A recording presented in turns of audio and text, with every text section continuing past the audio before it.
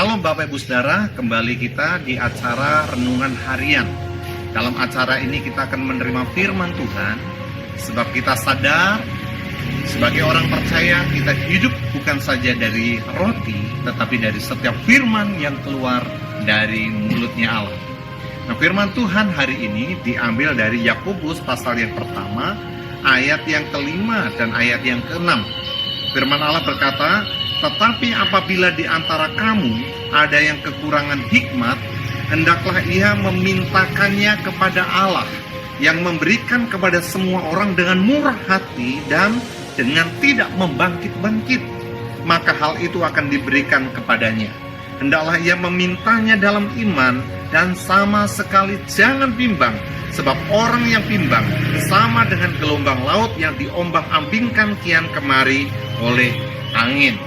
Bapak Ibu Saudara yang dikasihi oleh Tuhan, dalam situasi sulit seperti yang kita hadapi saat ini, sungguh kita butuh hikmat Tuhan. Mengapa demikian? Oleh karena ada banyak peluang-peluang yang tadinya terbuka dan sekarang tertutup, ya kan?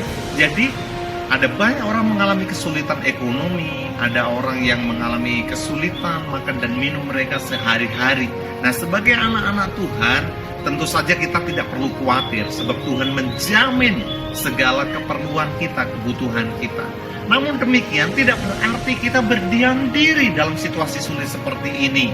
Kita butuh terobosan, kita butuh usaha, dan Tuhan akan memberkati setiap usaha kita. Namun usaha apa yang cocok untuk situasi seperti saat ini? Itulah sebabnya kita butuh hikmat. Nah, Bapak Ibu Saudara, firman Tuhan mengingatkan kepada kita, bagi kita yang butuh hikmat, kita bisa memintakannya kepada Tuhan yang akan memberikan kepada kita tanpa menangguhkannya. Kadang-kadang kita butuh hikmat.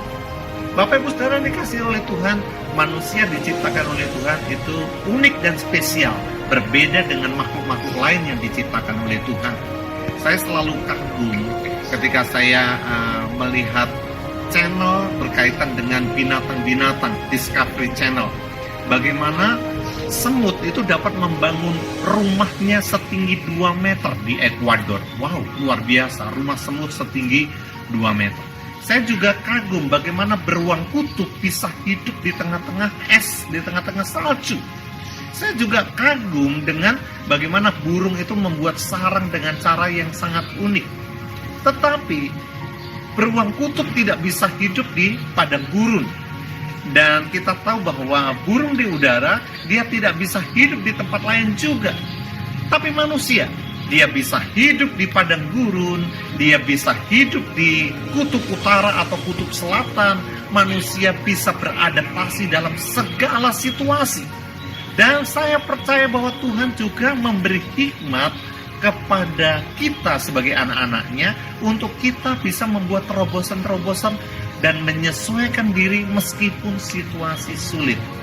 Nah, Bapak Ibu Saudara, saya berdoa supaya kita semua diberi hikmat oleh Tuhan dalam situasi seperti ini. Saya mau usaha apa ya?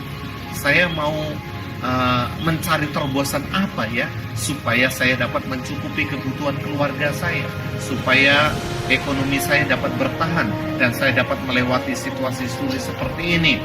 Kita butuh hikmat dari Tuhan. Minta kepada Tuhan, Tuhan akan memberikan. Percayalah, Tuhan tidak akan menangguhkan.